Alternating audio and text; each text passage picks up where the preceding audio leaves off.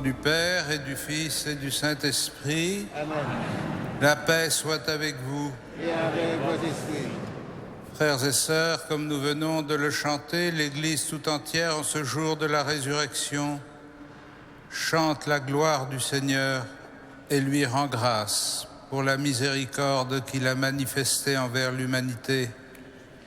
Il nous accueille en son Église pour célébrer cette Eucharistie. Nous qui sommes physiquement présents dans la cathédrale, et vous qui vous unissez à notre prière par Catéo Télévision et par la radio. Tous ensemble, nous nous tournons vers le Seigneur et nous lui demandons de purifier nos cœurs en nous préparant à cette Eucharistie et en nous reconnaissant pécheurs.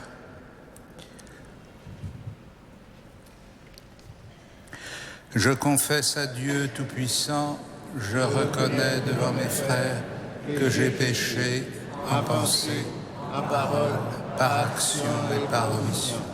Oui, j'ai vraiment péché. C'est pourquoi je supplie la Vierge Marie, les anges et tous les saints, et vous aussi, mes frères, de prier pour moi, le Seigneur notre Dieu, et que Dieu Tout-Puissant nous fasse miséricorde, qu'il nous pardonne nos péchés et nous conduise à la vie éternelle. Amen.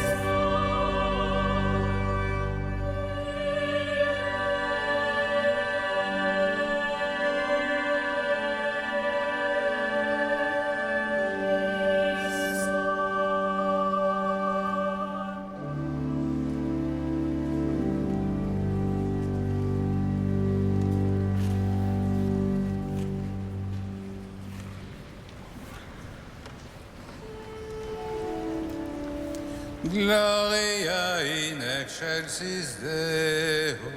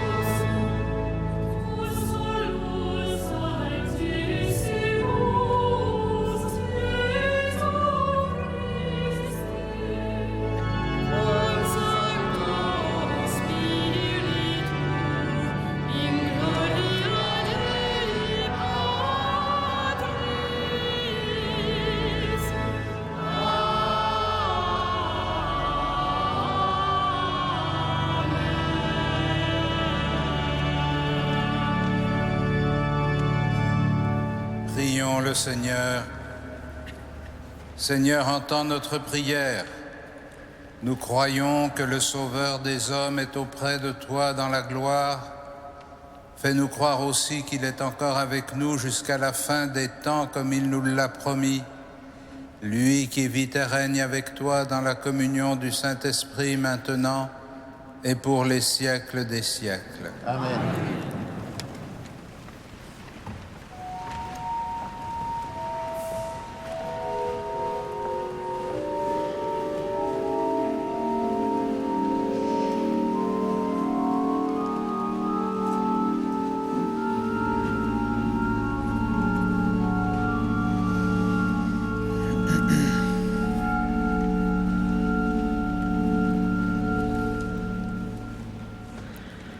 Lecture du livre des Actes des Apôtres.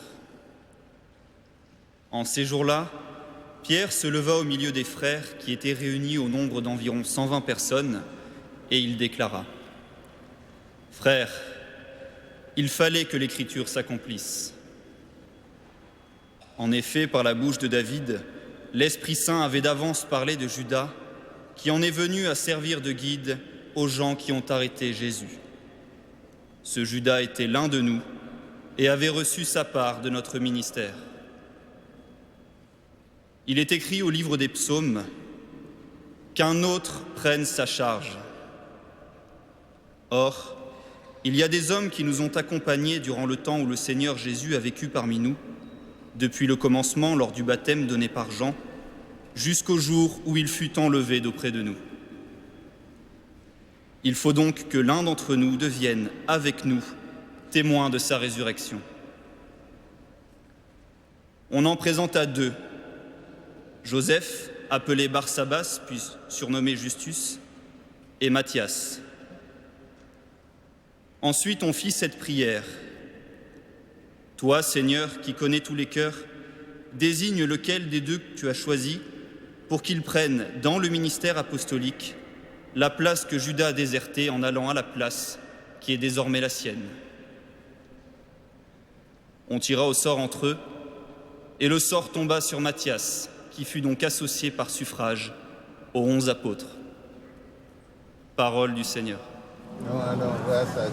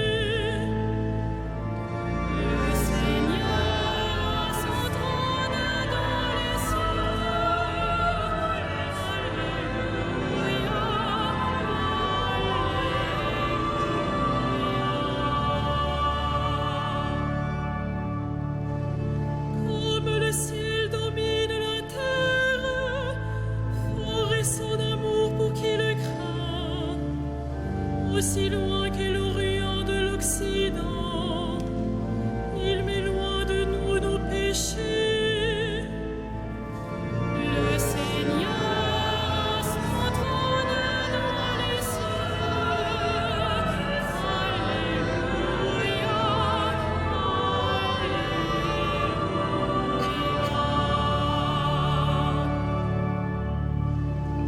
Le Seigneur a son trône dans les cieux. Sur l'univers, messager du Seigneur, bénissez-le, invincible porte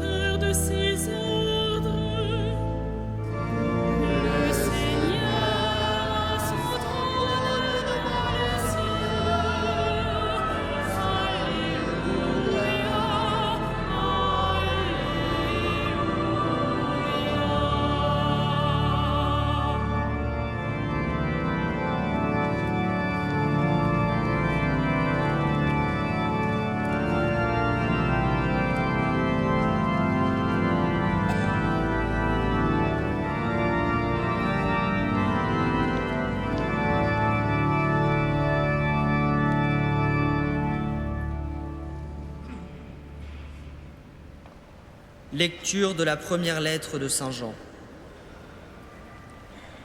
Bien-aimés, puisque Dieu nous a tellement aimés, nous devons, nous aussi, nous aimer les uns les autres. Dieu, personne ne l'a jamais vu. Mais si nous nous aimons les uns les autres, Dieu demeure en nous. Et, en nous, son amour atteint la perfection. Voici comment nous reconnaissons que nous demeurons en lui et lui en nous. Il nous a donné part à son esprit. Quant à nous, nous avons vu et nous attestons que le Père a envoyé son Fils comme sauveur du monde. Celui qui proclame que Jésus est le Fils de Dieu, Dieu demeure en lui et lui en Dieu. Et nous avons reconnu l'amour que Dieu a pour nous et nous y avons cru. Dieu est amour. Qui demeure dans l'amour demeure en Dieu et Dieu demeure en lui. Parole du Seigneur.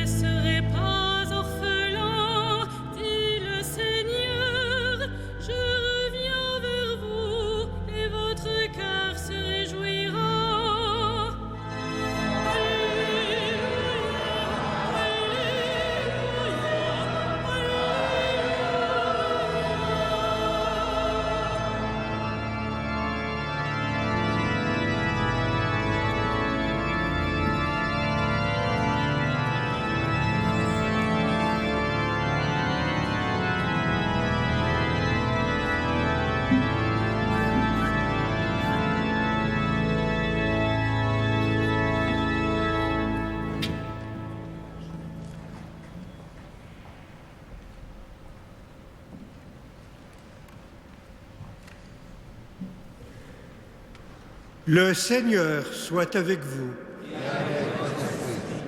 Évangile de Jésus-Christ selon saint Jean. Gloire à toi, Seigneur.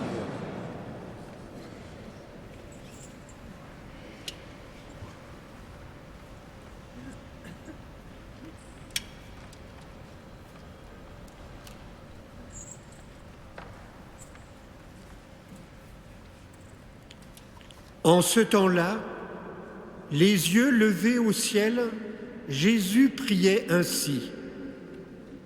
Père saint, garde mes disciples unis dans ton nom, le nom que tu m'as donné, pour qu'ils soient un, comme nous-mêmes. Quand j'étais avec eux, je les gardais unis dans ton nom, le nom que tu m'as donné. J'ai veillé sur eux, et aucun ne s'est perdu, sauf celui qui s'en va à sa perte, de sorte que l'Écriture soit accomplie. Et maintenant que je viens à toi, je parle ainsi dans le monde, pour qu'ils aient en eux ma joie et qu'ils en soient comblés. Moi, je leur ai donné ta parole, et le monde les a pris en haine parce qu'ils n'appartiennent pas au monde, de même que moi, je n'appartiens pas au monde. Je ne prie pas pour que tu les retires du monde, mais pour que tu les gardes du mauvais. Ils n'appartiennent pas au monde, de même que moi, je n'appartiens pas au monde. Sanctifie-les dans la vérité. Ta parole est vérité. De même que tu m'as envoyé dans le monde, moi aussi je les ai envoyés dans le monde. Et pour eux, je me sanctifie moi-même, afin qu'ils soient eux aussi sanctifiés dans la vérité. Acclamons la parole de Dieu.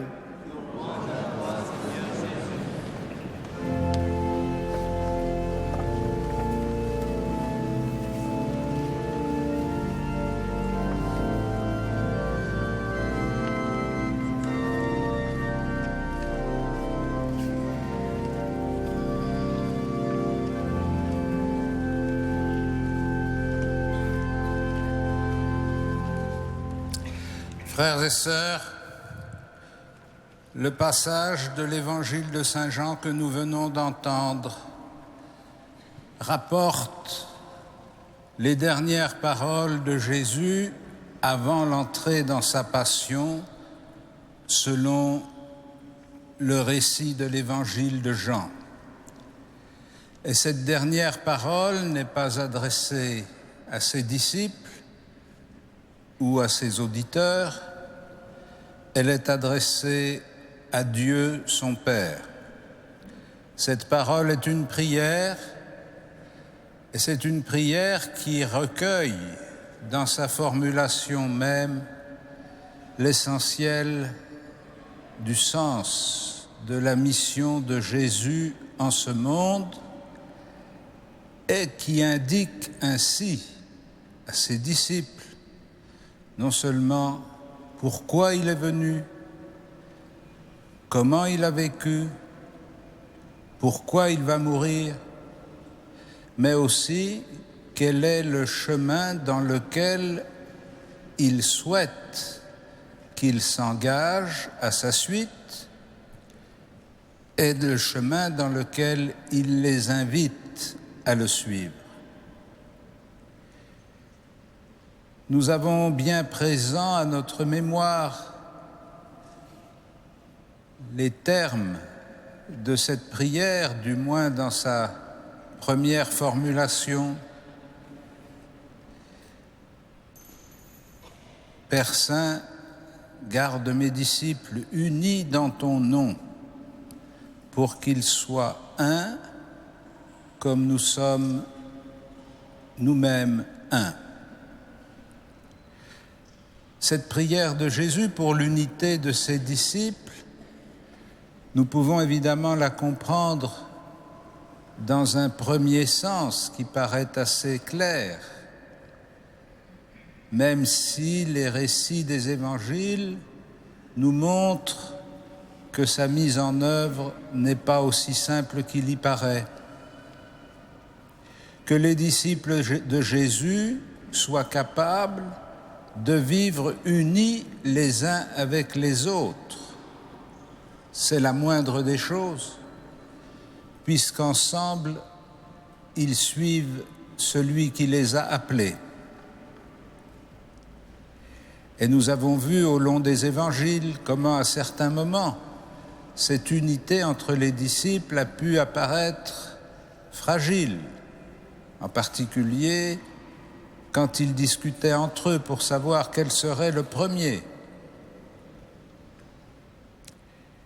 Il y a un deuxième niveau de lecture qui sera présenté plus tard par l'évangile de Jean au long de cette prière.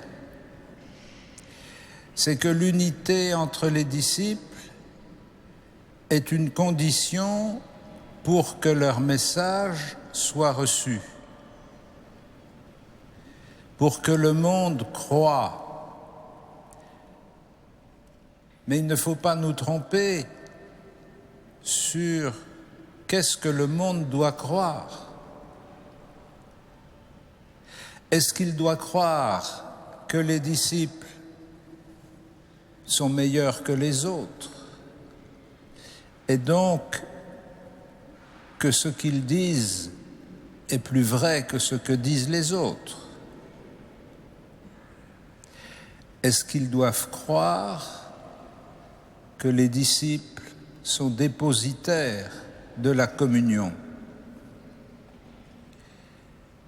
C'est là que nous arrivons au troisième niveau de lecture de ce que Jésus dit dans cette prière. L'unité pour laquelle il prie n'est pas simplement une sorte d'arrangement pour développer, comme on dit aujourd'hui, dans notre société, une meilleure manière de vivre ensemble. Ça n'est pas simplement un appel à la tolérance mutuelle qui s'apparente par bien des côtés à l'indifférence. Que chacun suive son chemin selon ce qu'il croit et que tous s'interdisent d'avoir le moindre avis sur ce que pensent les autres ou ce que vivent les autres. Le vivre ensemble serait cette espèce de tolérance universelle dans laquelle serait suspendu le jugement moral qui nous éviterait de susciter des tensions ou des conflits. Ce n'est pas cela que Jésus demande pour ses disciples. Il demande qu'il y ait entre ses disciples la même union, la même communion qui existe entre lui et son Père. C'est-à-dire que l'amour auquel il a invité les disciples et qu'il leur a laissé comme son commandement n'est pas simplement une obligation morale, mais c'est une des expressions de l'authenticité de leur communion avec Dieu. C'est la communion entre le Père et le Fils, personnifiée dans l'Esprit Saint, qui est le fondement, la source, l'aliment de la communion entre les disciples. Et c'est pourquoi ce commandement de l'amour est tellement fondamental, parce qu'il est indissociable de l'expression de la foi. Si nous croyons vraiment que Jésus est le Fils de Dieu, si nous croyons vraiment que Jésus est dans la communion la plus intime avec le Père, si nous croyons que cette communion entre les deux personnes s'exprime dans l'Esprit Saint que nous recevons et qui nous conduit dans notre vie, alors nous ne pouvons pas vivre autrement que dans la communion les uns avec les autres. Ça n'est pas simplement une question de bon exemple ou de belle illustration de la doctrine chrétienne ou de meilleure efficacité de l'apostolat. C'est la véritable identité de la communauté chrétienne.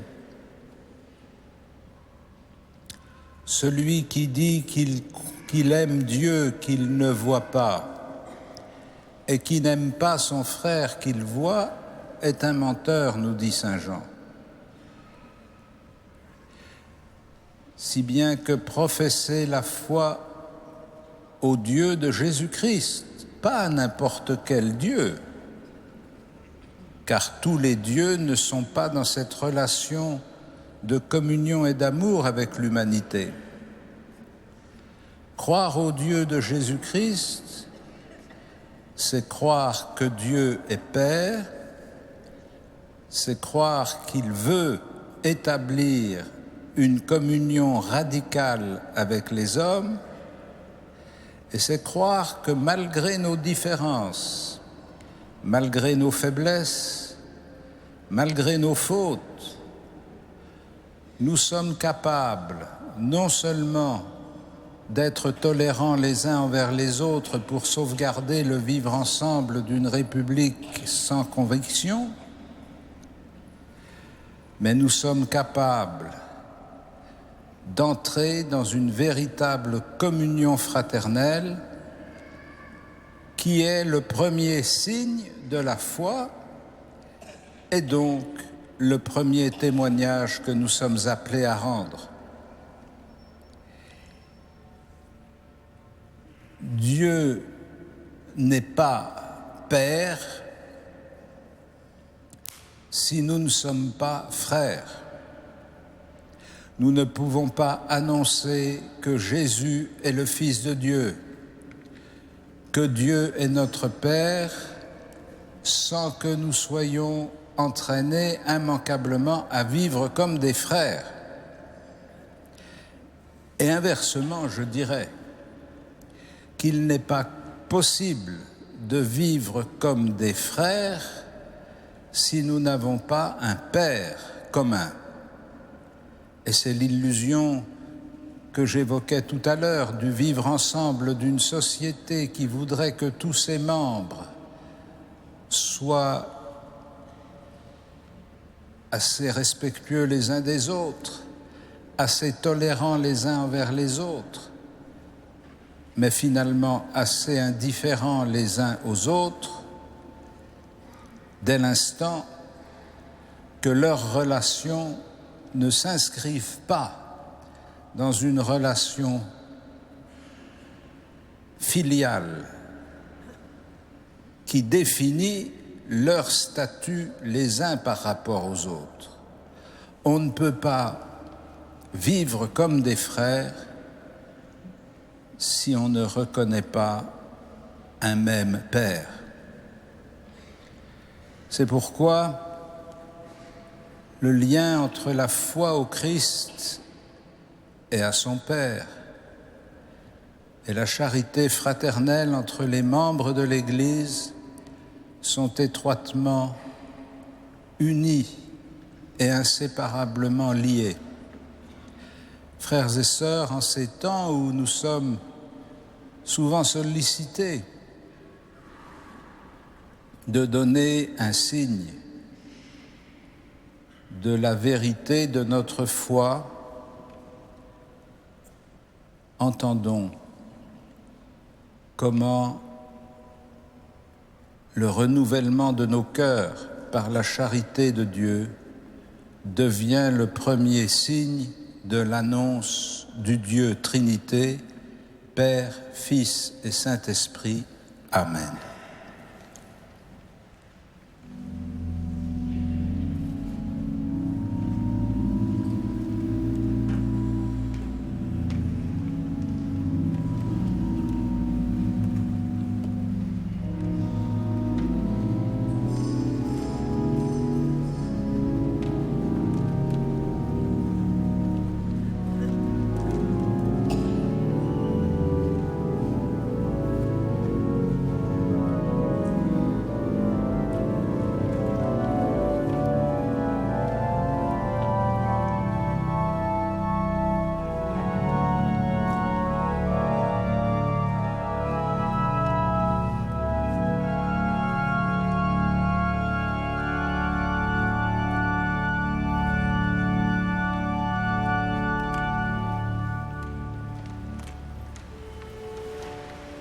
Credo in unum Deum.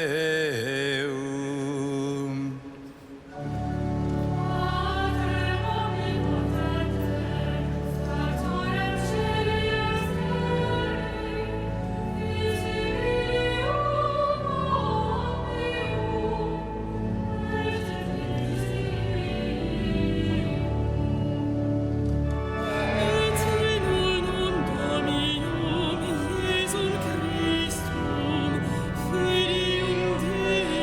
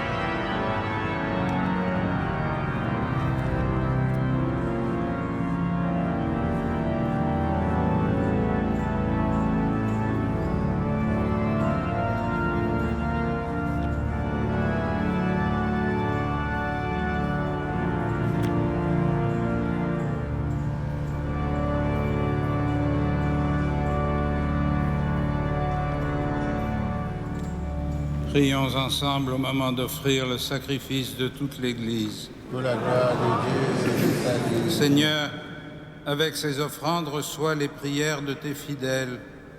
Que cette liturgie célébrée avec amour nous fasse passer à la gloire du ciel par Jésus le Christ, notre Seigneur. Amen. Le Seigneur soit avec vous. Et avec votre esprit, Élevons notre cœur. nous le tournons vers le Seigneur. Rendons grâce au Seigneur notre Dieu. Cela est juste et bon. Vraiment, il est juste et bon de te rendre gloire, de t'offrir notre action de grâce toujours et en tout lieu. À toi, Père très saint, Dieu éternel et tout-puissant. Car le Seigneur Jésus, vainqueur du péché et de la mort, est aujourd'hui ce roi de gloire, devant qui s'émerveillent les anges. Il s'élève au plus haut des cieux pour être le juge du monde et le Seigneur des seigneurs, seul médiateur entre Dieu et les hommes.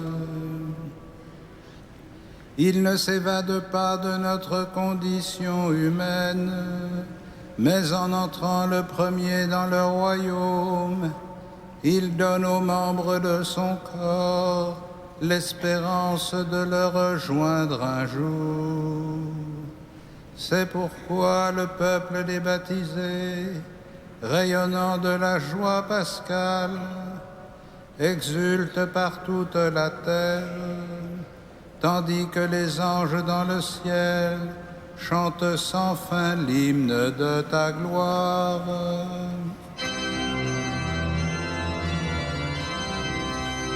Saint, Saint, Saint, le Seigneur, Dieu de l'univers. Le ciel et la terre sont remplis de ta gloire. Hosanna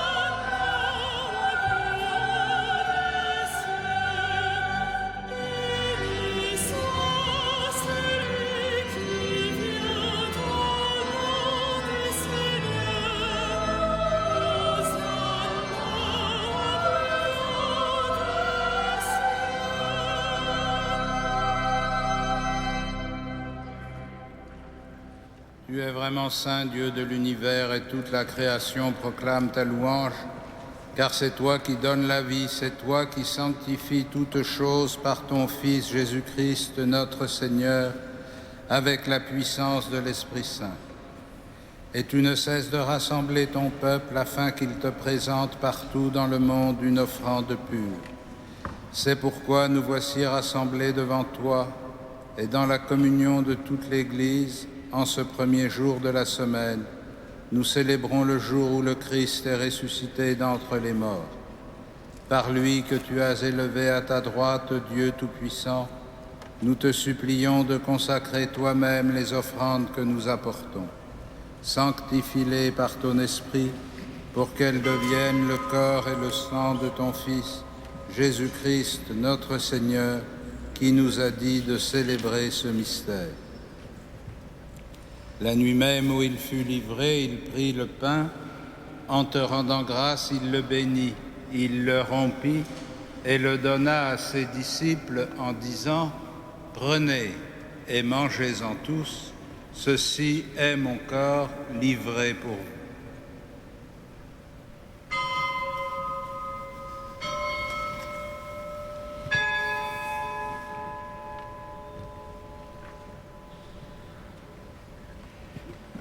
De même, à la fin du repas, il prit la coupe. En te rendant grâce, il la bénit et la donna à ses disciples en disant : « Prenez et buvez-en tous, car ceci est la coupe de mon sang, le sang de l'alliance nouvelle et éternelle, qui sera versé pour vous et pour la multitude en rémission des péchés. Vous ferez cela en mémoire de moi.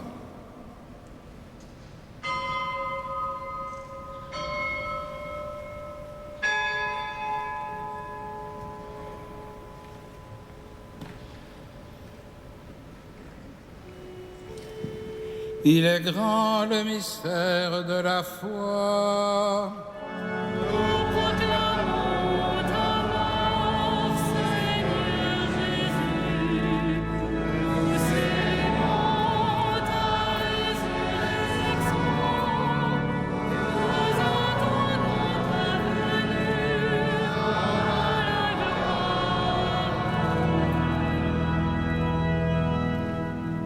En faisant mémoire de ton Fils, de sa passion qui nous sauve, de sa glorieuse résurrection et de son ascension dans le ciel, alors que nous attendons son dernier avènement, nous présentons cette offrande vivante et sainte pour te rendre grâce. Regarde, Seigneur, le sacrifice de ton Église et daigne y reconnaître celui de ton Fils qui nous a rétablis dans ton alliance. Quand nous serons nourris de son corps et de son sang et remplis de l'Esprit Saint, accorde-nous d'être un seul corps et un seul esprit dans le Christ, et que l'Esprit Saint fasse de nous une éternelle offrande à ta gloire, pour que nous obtenions un jour les biens du monde à venir auprès de la Vierge Marie, la bienheureuse Mère de Dieu, de Saint Joseph, son époux, avec les apôtres, les martyrs, Saint Denis et tous les saints qui ne cessent d'intercéder pour nous.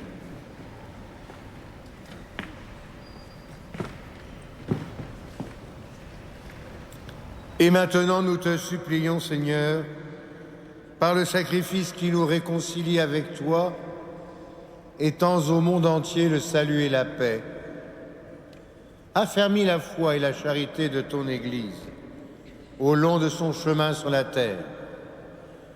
Veille sur ton serviteur, le pape François, notre évêque André, ses auxiliaires, l'ensemble des évêques, les prêtres, les diacres, tout le peuple des rachetés. Souviens-toi de ceux que tu as fait renaître en cette fête de Pâques de l'eau et de l'Esprit Saint pour une vie nouvelle dans le Christ. Écoute les prières de ta famille assemblée devant toi. Ramène à toi, Père très aimant, tous tes enfants dispersés.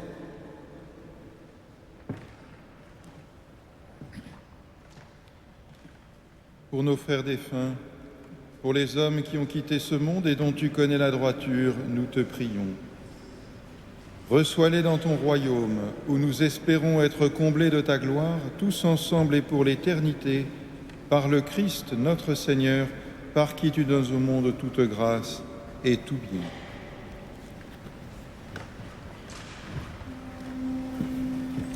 Par lui, avec lui et en lui.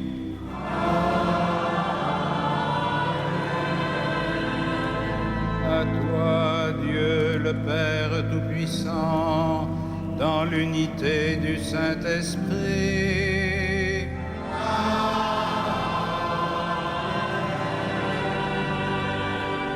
Tout honneur et toute gloire pour les siècles des siècles.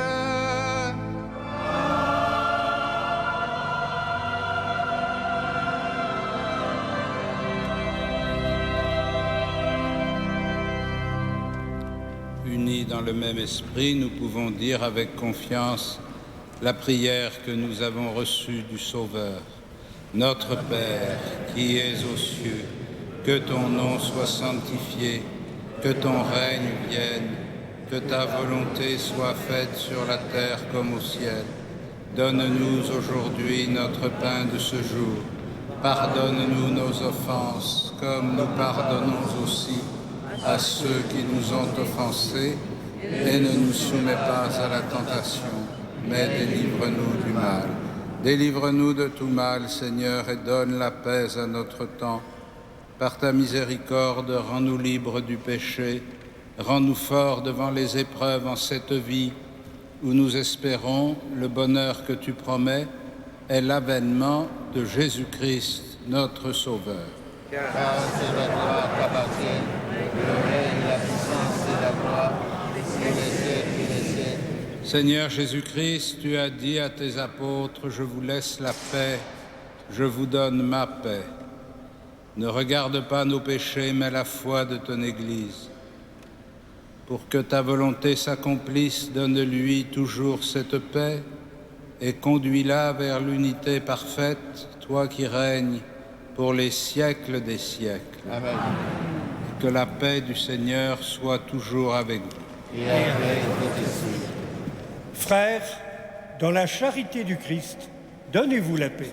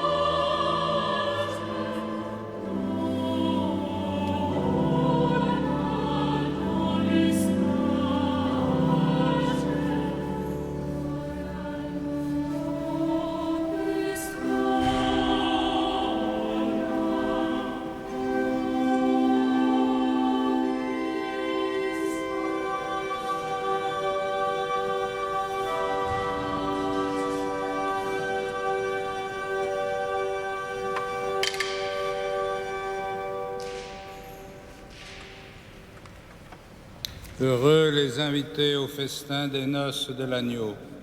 Voici l'agneau de Dieu qui enlève le péché du monde. Seigneur, je ne suis pas digne de te recevoir, mais dis seulement une parole et je serai guéri.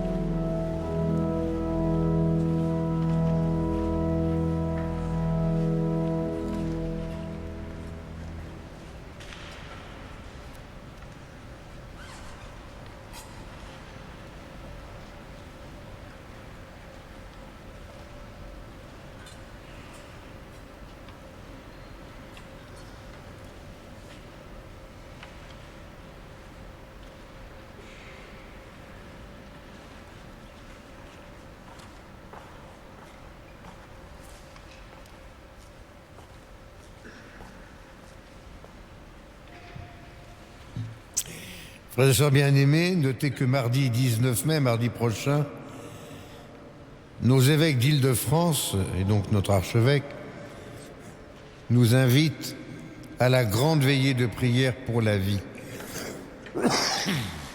Pardon. À 19h30 jusqu'à 22h.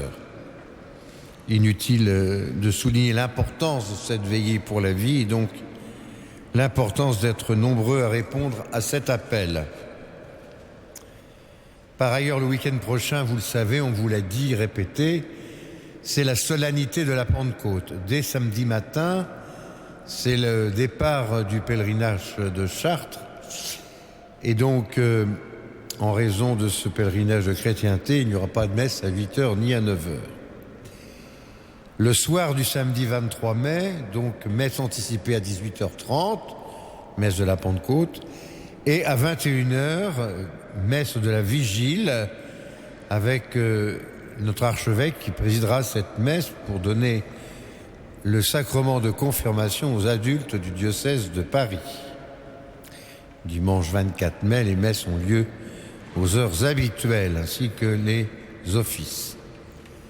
Nous pourrons être pendant ce week-end en communion de prière avec tous ceux qui se rassemblent dans notre Église, en Paris, en Île-de-France ou en France, mais spécialement avec les jeunes du fraternel de Jambeville, les 13-15 ans qui, à plus de 10 000, se retrouveront donc du 22 au 25 mai.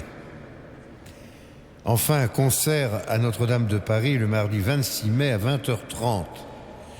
Je vous rappelle que tous les samedis et dimanches soirs, donc ce soir, de mai et de juin, à part 2 exceptions qui sont portées sur votre feuille, à 21h15, nocturne à Notre-Dame, c'est l'opéra d'images Réjouis-toi Marie, projection sur grand écran, de magnifiques images avec le texte de Paul Claudel et la musique de Després, Monteverdi et Verdi.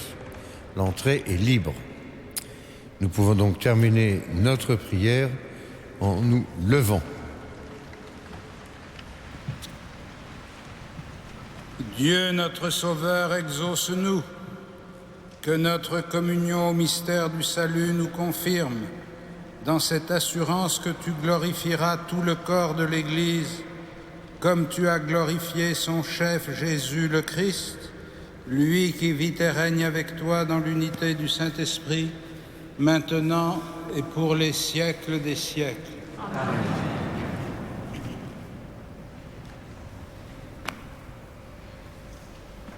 Le Seigneur soit avec vous et que Dieu Tout-Puissant vous bénisse, le Père, le Fils et le Saint-Esprit. Amen. Allez dans la paix du Christ.